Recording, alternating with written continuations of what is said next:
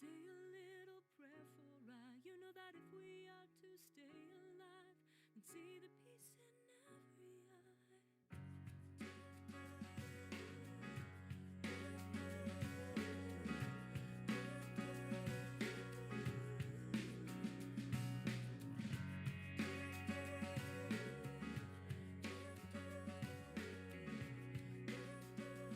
Yep. Yep. Back to me, Cameron. You've got 15 of me, I can't.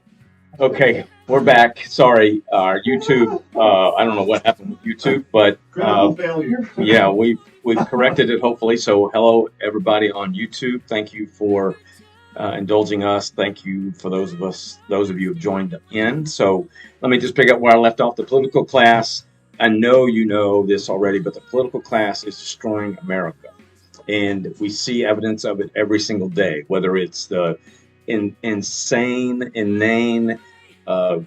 debates we see at hearings and that sort of thing. The taking one. I mean, both parties see the same thing and then totally interpret it differently or spin it differently. I mean, we're going through that now.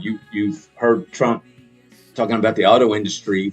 If he gets in, that the auto industry is going to do better. I mean, whether it will or not is remains to be seen. Although there's proof that Trump knows how to make industries better. But that isn't the point. The point is that Trump simply said that if he doesn't get in office, the auto industry is going to face a bloodbath, or the country will face a bloodbath because of the auto industry's problems. And yet, the left wing, the liberal side of things, wants to spin that and distort it and manipulate it to make it sound like Trump is talking about the country in general. It's just totally unacceptable. And for me, whether it's somebody on the right, I haven't watched Fox News since they got rid of Tucker Carlson. And I know that there may be people out there that do not like Tucker Carlson. I happen to like Tucker. I like him above all the things that maybe he represents and does. I like him for his boldness and his strength and his willingness to say what needs to be said. But I haven't been in terms of watching like I used to. I haven't been on Fox since last, I don't know how long ago that Tucker left, but I know it's been many, many months. But I certainly am not going to tune in other than to just hear what the left is saying. I'm not going to tune into MSNBC, CNN, all that nonsense, because we just use this bloodbath issue as an example. They have made it so they have distorted it so much so that that it's almost laughable. But their whole purpose is to make sure that 70 million people out there are believing. They want 70 million people to believe that Trump was saying that there's going to be a bloodbath if he doesn't win the election. That's not what he said.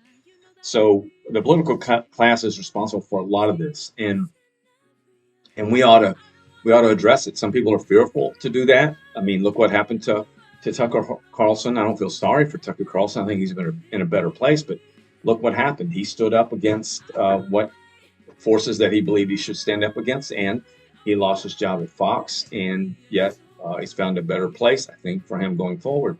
But there are risks of calling these people out and standing up to them. Of course, the media, that's what I'm paid to do, and I'm going to do it. Let me just say, on a local basis, I'll give you some examples on a local basis of the problems that are coming from the political class, or that have come from the political class in the past 3 years, 4 years. We had a guy running for city council who was caught on video and with photos taking another his opponent's signs out of the ground and moving them and putting them in his vehicle. He was caught doing that. Now, you can call it whatever you want to. He was caught doing it. We had a guy running for city council, gosh, it's been 4 years ago, I think, who in an interview with me, I simply asked him what he meant by telling voters that he believes the city of Waxahachie, the way that it's run or was running, being managed back then, was causing people to get divorced and turn to alcoholism or becoming alcoholics. He said that in a forum. I asked him, where do you get that from? And he cited one example of some guy that told him that he and his wife were having problems. They couldn't afford their taxes. And so this knucklehead applied it or decided he would just label the city as being responsible for it. And I asked him about it, told him that he was incriminating the city, which simply means accusing the city of something really egregious. And he wanted to fight. And that video went viral. And yet that's the kind of mindset that we've got in some corners of our local politics. My wife asked me if I broke our little system here a few minutes ago. No, I didn't break it, but I'm capable of it. So thank you for pitching in there, sweetheart. But the idea that on a local level that we face some of the same issues that we face on a national level, we do. There are people here that are so hungry to be mayor of Waxahachie or to be known for sitting on city council or being in some elected office that they believe there's something special to them or that they should be honored or what have you. They're simply here to serve us. We are the ones who they report to, not the other way around. Yet because of the nature of politics and the addictive power that politics has, people even locally struggle with being in politics. So I want to be clear about, we have America is in some ways, particularly societal ways, we are struggling. We are, if you want to call it failing, if you want to, we are circling the drain. We are really struggling. We've kicked God out of the town square, and yet we wonder why all these things are happening. Part of the reason is because of the political class in this country. And so my message to those, particularly on the ultra local level, and we're in the middle of races right now. We just had election day the other day, and so changes were made. Voters are having their say and are fed up with lying and manipulating and being dishonest and being inauthentic, being fake and phony. I talked last week, and I think even 2 weeks ago, I talked about how a district attorney in office today was really manipulating and misrepresenting her opponent's experience. That isn't cool. It's not right, and it's going to be called out. And some of these folks were my friends, so my calling is a bit higher than to worry about friendships. If things are going wrong because of a political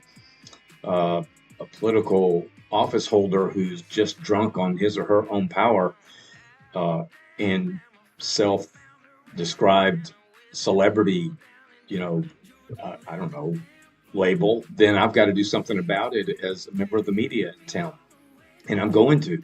So we'll see what happens going forward. But those on the local level need to know that just do it right. Just be fair, be honest, be vulnerable, be truthful, be authentic, and understand that you're here to serve people. And there are people running for school board right now. There are people running for city council. I say that to all of them. Just be authentic and realize that you are a public servant and that it is your job to serve your community. So the political class is not for the timid. It's politics is a nasty game. Keith says we honestly need term limits on county government. 3 terms is plenty. I totally agree. We need term limits across the board. Joe Biden has been a member of Washington's political class since the early 70s, if I recall. That's 50 some odd years of being in DC, and you can see what it does to a person. One of the reasons why I think Trump is so popular is because he's not a part of that class. But since when did politics become a career? And so I'm with you, Keith, 100%. And I've written about term limits before, and whether it's 3 terms or 2 terms. I mean, the president's held to 2 terms. Why not make that true for House of Representatives and senators? Senators serve on, actually, it might be more for. I mean, I'd be willing to say more for Congress, House of Representatives, because they have 2-year terms, whereas senators have 6-year terms. So 12 years is certainly enough for somebody to serve in Washington, D.C. on the Senate side. But to have, when I look around, we have Mitch McConnell, we have Chuck Schumer, of all people, trying to tell the rest of us how things should be, and they're in charge of budgets that affect every one of us. How did we get here, as they say? Because it's absurd. These people never run a business. They've never worked outside of Washington, D.C., and yet they think that they are to run this country into the ground. So, term limits, I totally agree with you, Keith. Chambers Creek says, Scott, you should get into politics. Thank you, bud.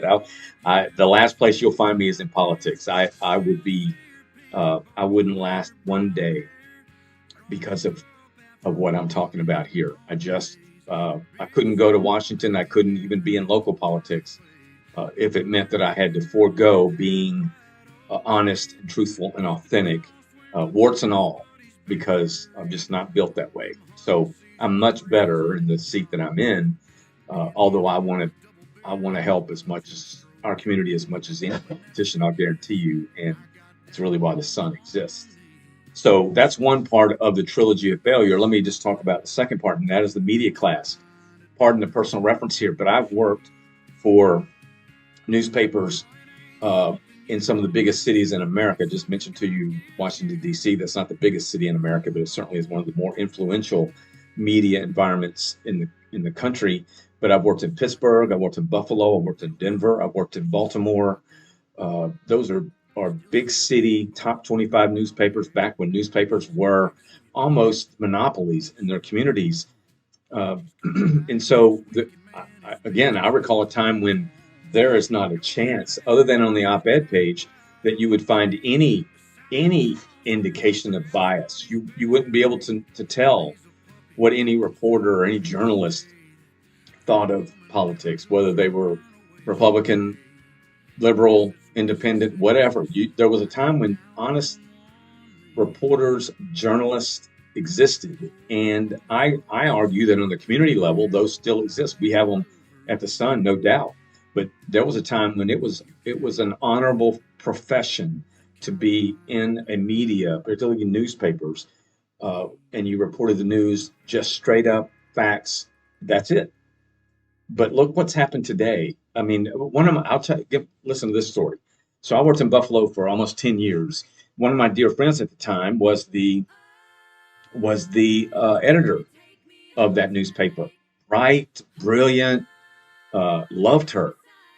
She went on to work for the New York Times and Washington Post, and there was a column she wrote that she said that today reporters should not necessarily care so much about whether or not to be unbiased, that it was okay for a reporter, a journalist's personal desires, personal feelings to enter into a story. It's almost unbelievable for me to read that or to believe that she has morphed into that kind of, I don't know what you want to call it, into that way of thinking, because that's what we see now. We see it almost everywhere. And I can't tell you, I'm 62 years old. I think of myself as being a young 62 years old. And I love life and I love what I do. And I've done this for a long, long time. And for most of that time, again, as I just said, we didn't have the Buffalo News. We didn't have to worry about what 300 reporters were doing in the field. They were just reporting the stories as they came across them. And I'm not saying the Buffalo News is any different today, because I still think of it as a great newspaper. It's very, very small compared to back then. But by and large, most media outlets don't really care about hiding bias. They wear it on their sleeve, and you see it no matter where you look, whether it's on television, whether you hear it on the radio, whether you read it in the news, and certainly on social media. So the media class is just tearing the country apart in its own way by manipulating, by not being truthful, and by really becoming advocacy groups rather than honest reporters. And I just can't deal with that. I don't touch any part of the Waxahachie Sun except for page 3. I don't control the content. I don't even oversee the content. We have an editor who oversees content. She oversees all of our reporters and our journalists. She schedules assignments. She edits stories. She does all of that. I do not touch any of it for the simple reason that because on page 3, I express my opinions and my biases as it relates to whatever in the world. That's what an op-ed page is for. But because of that, I purposely stay out of the way when it comes to anything else in the newspaper. I always have. Because somebody the other day on one of our posts commented that she doesn't read newspapers because, using me as an example, because there's bias. Well, she was just saying it about the Sun without knowing that what I just told you, that I don't have anything to do with the content of the rest of the newspaper. That and the fact that we are ultra local. 100% of what we do is Waxahachie. Waxahachie is what they call a homeroom school. A home ruled city, not school, home ruled city, which means we are independent. We don't assign at the city level. We don't assign or really shouldn't care about Republicans and Democrats. But there's nothing in the Sun other than on page 3 that you could ever tell me has a left or a right feel to it. And that's the way it should be. So the media class, of which I'm a part, which is kind of weird to be saying that the profession that I chose back in 1983 to be a part of and have been since then, that I'm saying it's one piece of 3 that is responsible for the failures that America is facing. And I don't think there's anyone that wants to debate me on that. I'm happy to take up that debate. But the media class is a mess.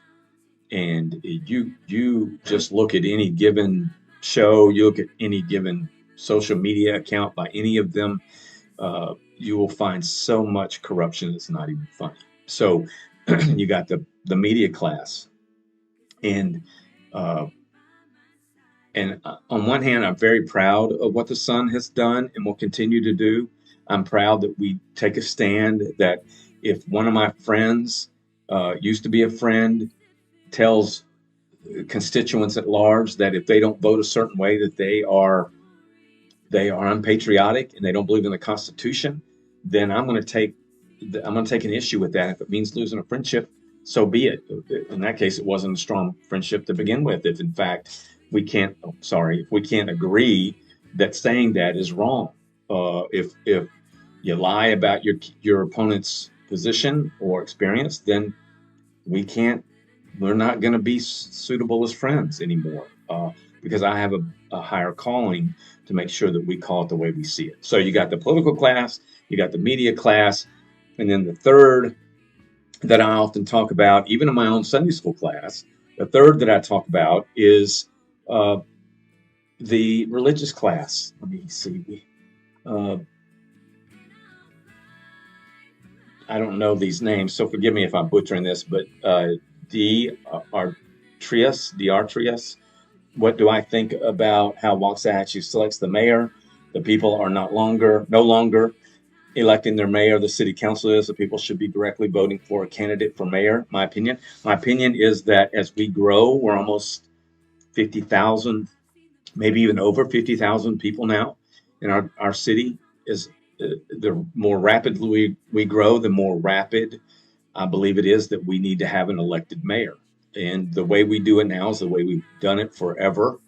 And for those of you that don't know, our 5 council persons, choose the mayor every year from the people that sit on council. So they are choosing two of their peers, one to be mayor, one to be mayor pro tem.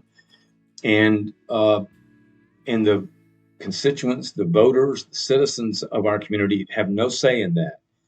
The only say we have is who we vote in as council members, but we don't have a say in who is called mayor. Now, I would say that we're set up as a very strong management, city manager, staff-driven structure, and that the mayor and city council are volunteers, unpaid, that sort of thing. Whereas some cities, a lot of cities in America, as you know, are the opposite. They are an elected, paid mayor who carries a lot of weight, makes a lot of decisions, and the city management structure is to a lesser degree, running the city per se. So I don't know if I said that really that well, but you get the idea. So you either have a strong city management structure and a lesser role for the mayor, or you have the opposite. We are one where our mayor is not elected; it's chosen by city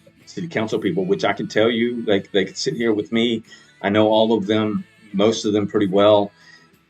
I don't think all of them would disagree with me, but some would when I say that it boils down to petty, silly stuff sometimes. Who gets the mayor's job or voted in as mayor, who's voted in as mayor pro tem. But think of it this way: we are a city, one of the fastest growing cities, and one of the fastest growing states in America, and uh, so a lot of important decisions are made at the city council level that impact you and me every single day.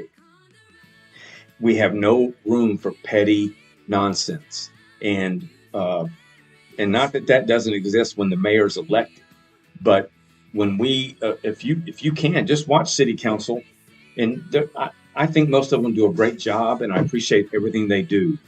But there are times when you can see the pettiness, and you can see examples of why it is we would say to ourselves, "What we need a better system." So I think as we get bigger and the issues become more profound, our infrastructures become weaker and need repair. The more people that move here from all parts of the country and all mindsets, if you will, it is going to be important that we as the community have a say in who our mayor is. So right now, in 2 months, we're going to have an election. Well, in 2.5 months, we're going to have an election where there are 3 people up for city council reelection right now. 2 of them are unopposed. The one that is opposed is the person who was chosen as mayor. And so we have that race going on, and it will result in either the mayor remaining a member of city council or being elected,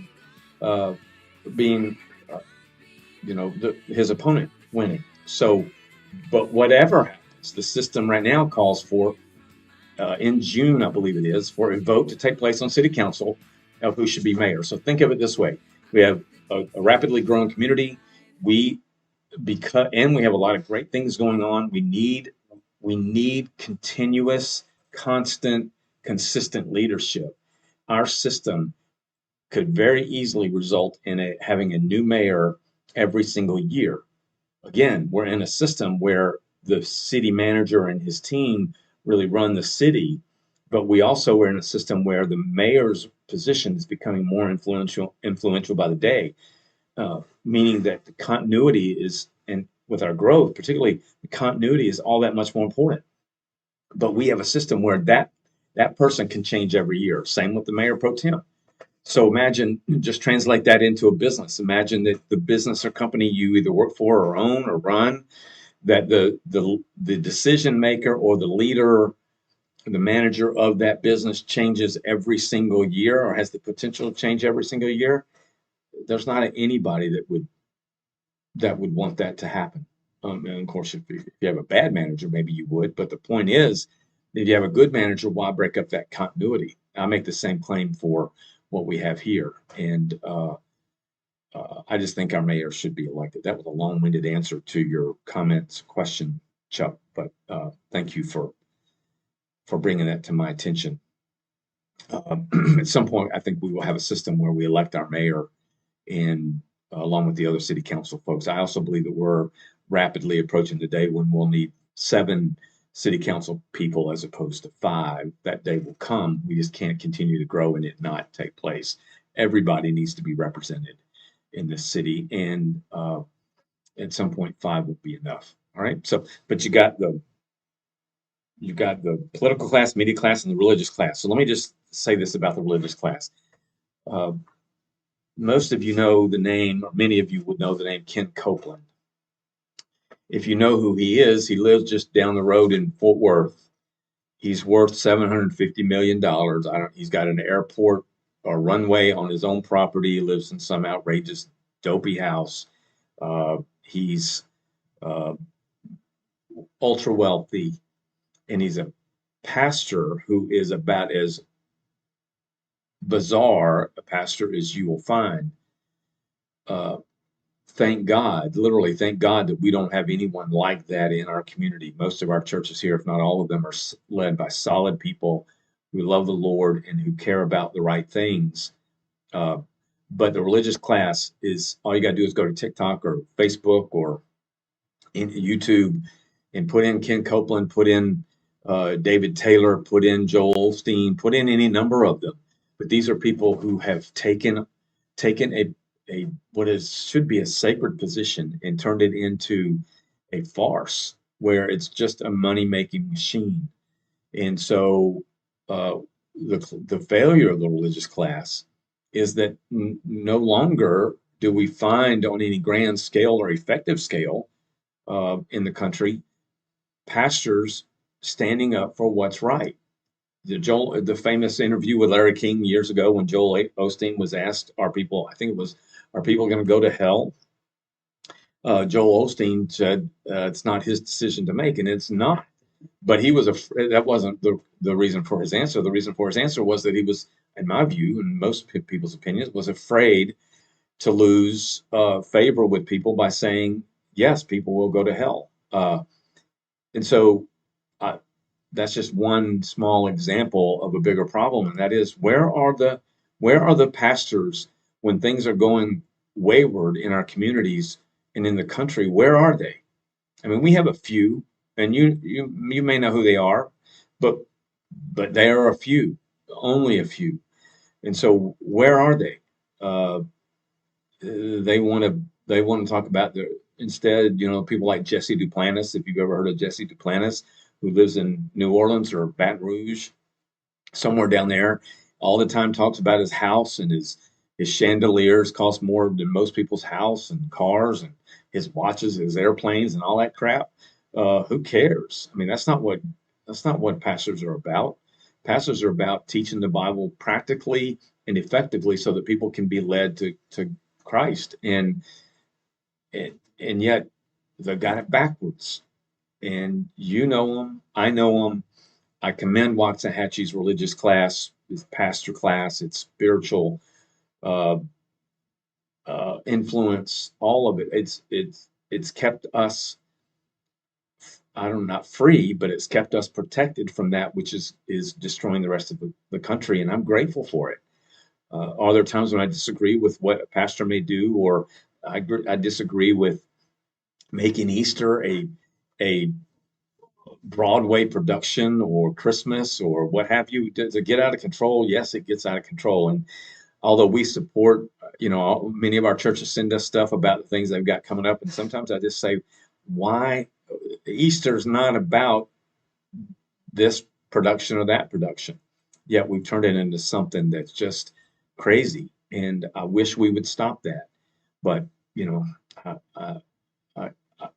for the most part, I do appreciate those in Waxahachie and in Ellis County in the religious class who are doing a great job. I think the rest of the country, it just stinks. And the evidence is pretty clear as to where it leads.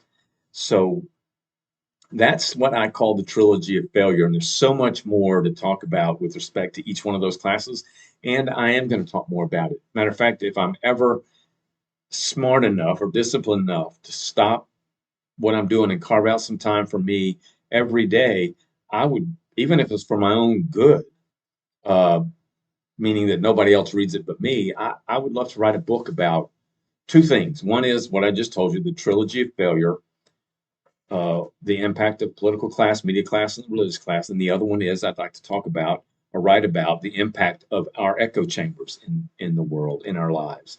That is, the people that we surround ourselves with, and whether or not they are really good for us or really bad for us, and whether or not they are holding us accountable, supporting us, being real with us, being authentic, or are they people inside of a chamber that just tells each other what it is you want to hear?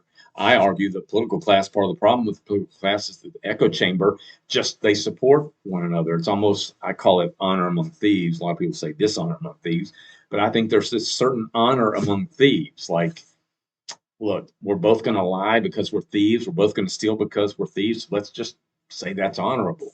That's what happens. And so you have people patting each other on the back. I guarantee you, Chuck Schumer and Mitch McConnell sit around and feel good about one another because they're telling each other what they each want to hear. We have the same thing going on here in our community, where so echo chambers can be either really good or really bad. And I would like to go deeper into that in book form one of these days if I ever decide to get serious about it. Uh, I, I, I could give you countless examples, and maybe I will in the months and weeks to come, of local echo chambers that are just destructive. We got people in government or running for office every year who believe that they would be great as the leader of our communities. And I'm here to tell you the only reason they believe that is because their echo chambers told them that. No one real and authentic can say, that's not your calling. That's not what you're here to do. That's not where you can be most effective. That's what my friends would say to me. If I told them I wanted to be mayor of Waxahachie, they'd laugh me out of the room because they know that's not where any talent that I have exists. And so the political class, the media class, the religious class is the trilogy of failure in this country. And while I'm rambling about it and I'm passionate about it, I want you all who are listening and reading and watching to realize every day, if you will just pay a little bit closer attention, you will see the failures that they are creating, enabling, supporting, fanning the flames of. You'll see it uh, because it's very, very real. And we're going to continue to talk more about that. So Marianne says, preach it, Scott. Yeah, I don't, sometimes I wonder if I'd be a good preacher. I do know this, although I love the Lord with all my heart and do my best to honor and serve him, there are times when my tongue will get a little flavorful, if you know what I mean. And so the last thing I need to be is up in some pulpit saying words I shouldn't say because of passion and excitement or whatever intensity. And same thing applies here. I don't want to get out of line here, but these sorts of things just drive me crazy and need to be addressed. That's why we say this is being a beast for good. We want to be uh, uh, impactful by standing up to these clowns who are destroying our communities, and we want to push back, lean into them, as people say, and make a difference, uh, so as to be counter to what they're trying to do. All right, so that's really what I want to share with you today. I'm going to need some water when I'm done here, but I love this community. I know many of you do too, if not all of you, but I've been here for 10 years or more now. I love Texas. I'm a native Texan. This is my home. Dallas is, and I love Waxahachie, and I'm not willing to look the other way as people do damage to our community, regardless of who they are. And so I just want you to know that's at the core of everything that I do. All right. So thank you all for watching today. We're going to close out here in just a minute with my friend Jeffrey, the Rhyme Time Man. But I want to thank you for your comments. They do provide me a lot of support, a lot of encouragement. Join with me. If you ever want to write a column, you ever want to write a letter, we'll publish it. But because the sun is for you and it's about you, and that's not going to change. So, passion for good, Chuck. Amen, brother. So, uh, thank you all for weighing in today. All right, Jeffrey, how are we going to do this? You're going to take my seat. I'll just stand here. I don't know where Doug went, but Jeffrey Lynch. I don't call him Jeffrey because he's as old as I am and makes him sound like he's two. But that's your name, right? I call him Jeff, but he's the Rhyme Time guy who's going to start a show here in a few weeks. So we're excited about that. So I'm not going to turn anything off, but we're going to change some seating here and let Jeff do his thing for a few minutes. Okay. Are So you joining him or is it just? well, is it you? We'll have a It's little- just you. No. It can be just you. I'll sit over here and Okay. you'll hear me by voice, but this is for Jeff. So I'll see you guys on Thursday. We may continue this. I don't know that we're going to have a guest, but I do want to tell you that I have John Wiedemann, the father of Ollie Wiedemann, who was murdered at the hands of his mother in 2019. He is going to be on a series of interviews with me, and we're going to go deeper than we ever have. It's an incredible, terrible story, but that it also is a story of one man's ability to be strong and fight through it and overcome unimaginable loss. So we're going to have him on. I'll be announcing that. We're also going to have on some other folks that I think you'll want to get to know and appreciate hearing from. So I look forward to our Thursday interviews. Tuesday will always be me. You know, We like you. It's good. Anyway, You're good. we'll just call that the bozo hour. No. No, I'm just kidding. And anyway, so Jeff, I'm gonna give this to you, and What's our I'll mission see you statement? guys on Thursday. What's All our right. mission statement? Oh, our mission. Well, I've been talking about it. Oh, You weren't listening. I wasn't. I was helping. Beasts for good, right? Remember that. Beasts for good. We ought to have shirts made for that, and I bet most people watching would wear one. I Yeah, know I they would. would. Okay, it's all yours, Jeffrey.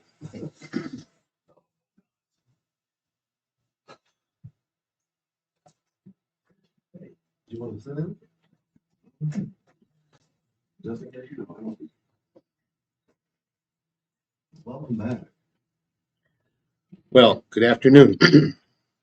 This is Jeff Lynch, the poet here in Waxahachie. So happy and proud to be here.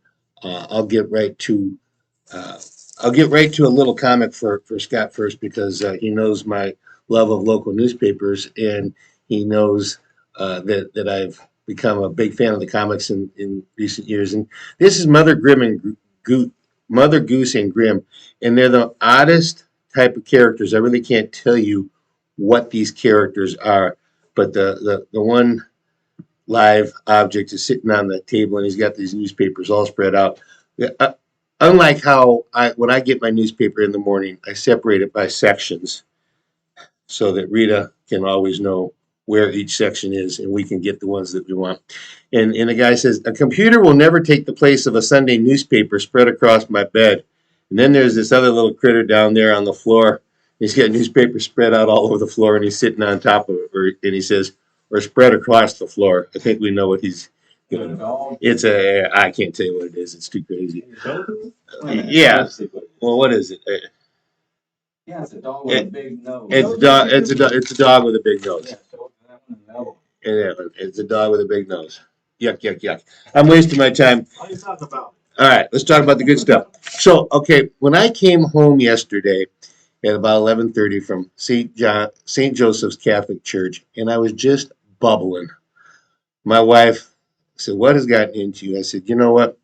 This deal about teaching grade school kids poetry, it continues to exceed my expectation. It was my second trip there. The first trip was kind of an introductory deal, and I read them a bunch of poems that I knew that they'd like, and I told them about myself, and I told them about writing poetry. And Look at the camera. I know you're distracting me. I'm sorry. Look at the camera. I don't want to look at when I look at myself. I lose my content.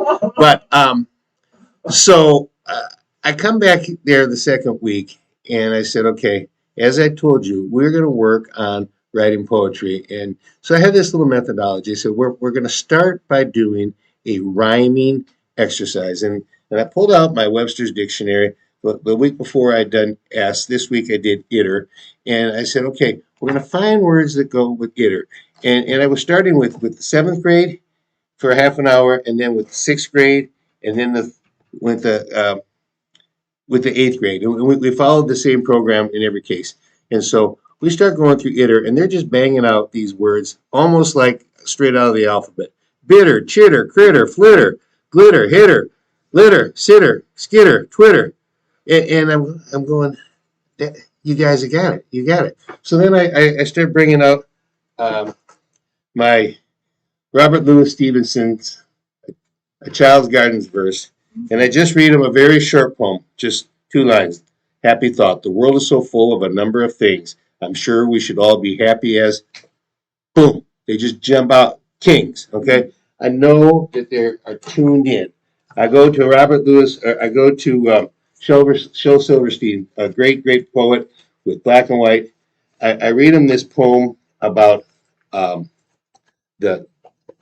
bear, the bear in the refrigerator.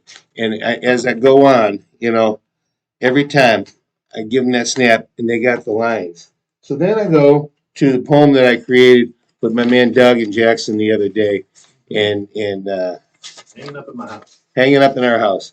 And I'm reading them that poem, and same thing. I mean, they're getting the rhyme all the time. I say, here's what's happening. You are writing the poem with the poet right there. When you know the line before it comes, that means something. So I said, okay, here's what we're going to do, though. Now, we're going to use a poem starter like we did with Doug and Jackson. And the poem starter is going to go like this. It's called If I Were I. If I Were I. Are we doing one right now?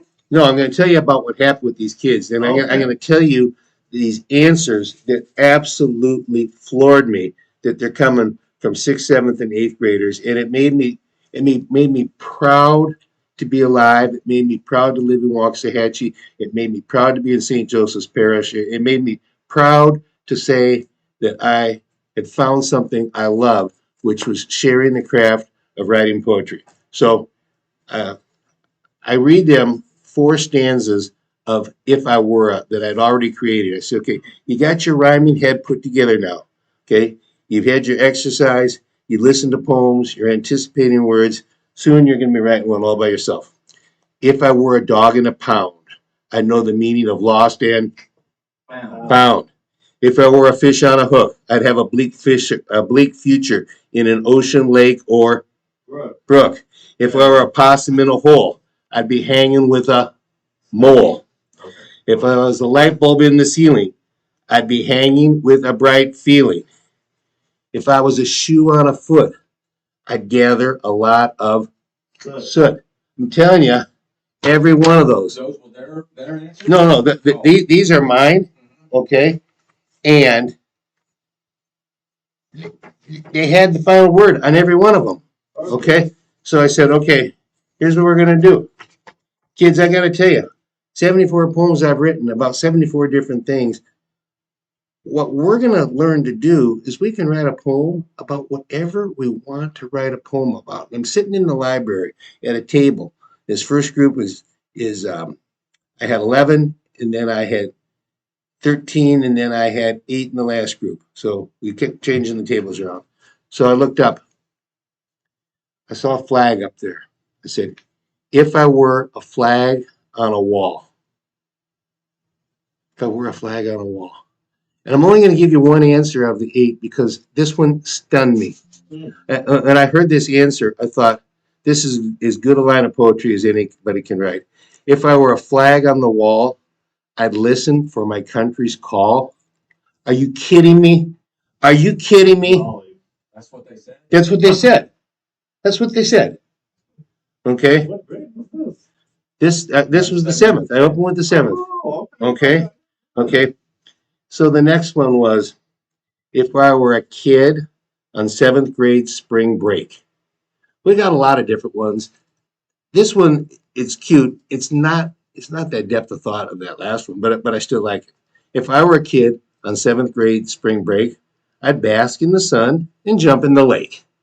Okay. All right. Now, this one here, I'm going to give you a competition. You guys against the grade schoolers. Okay. Oh, Lord. If I were a tulip in a vase.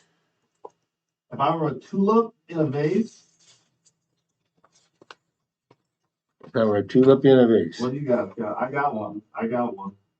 I thought you were going to say more. If I were to look in a vase, I'll say mine after Scott says it. I'm not a poet. I would put a smile on someone's face. You would. You surely would. You surely would. Okay. Okay. I would put. What is it again? If I were a tulip in a vase. I'd be perfect, pristine, on table, in place. I'd be on the floor after a chase. After a chase. Again, I'm stunned by the depth of this one. Okay. If I were a tulip in a vase, I would stare at my human's face. Okay. You know that tulip, it's owned by somebody. Somebody bought it or clipped it and put it in a vase. The relationship between a tulip and a human coming out of 7th grade. Wow. Oh, beautiful. If I were a book on a shelf, I'd take the place of that idiot elf. There you go. Then I'm not likely to fall down on myself. Oh. I wonder what lies in the contents of myself. For some reason, we got a lot of myselfs going on that one. So I'm telling you one thing.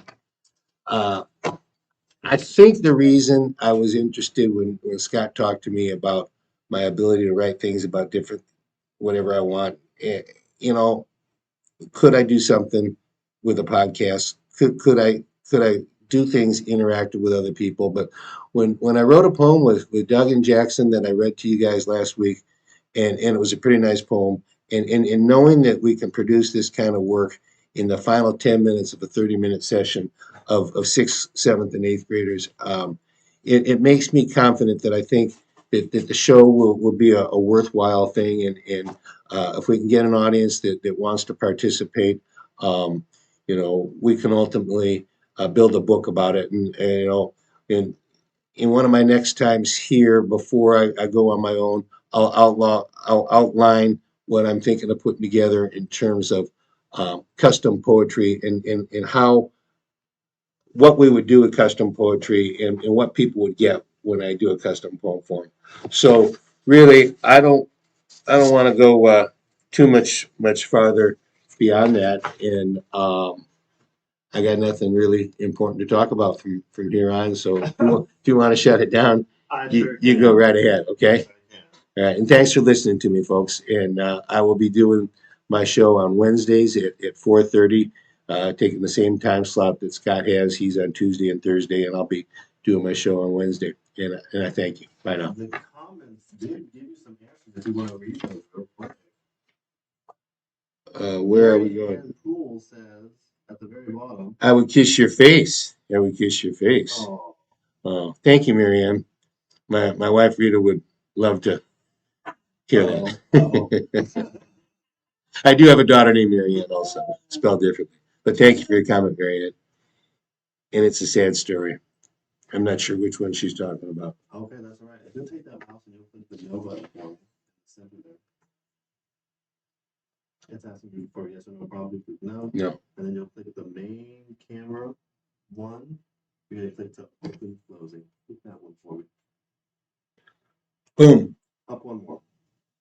Boom. Perfect. Okay. Thank you so much for watching, everybody. Let me switch out with this. I'll turn everything else off.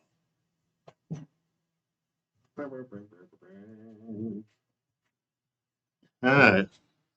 Thank you guys so much for watching. We will be back on Thursday, same time. We would appreciate you so much for coming in, participating, commenting, and feel free to email us at scott@waxahachie.com. Don't forget we have new giveaways coming, and to be a beast for God, for your community, for yourselves.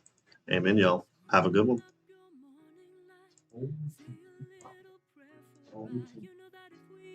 Stay alive and see the peace in every eye.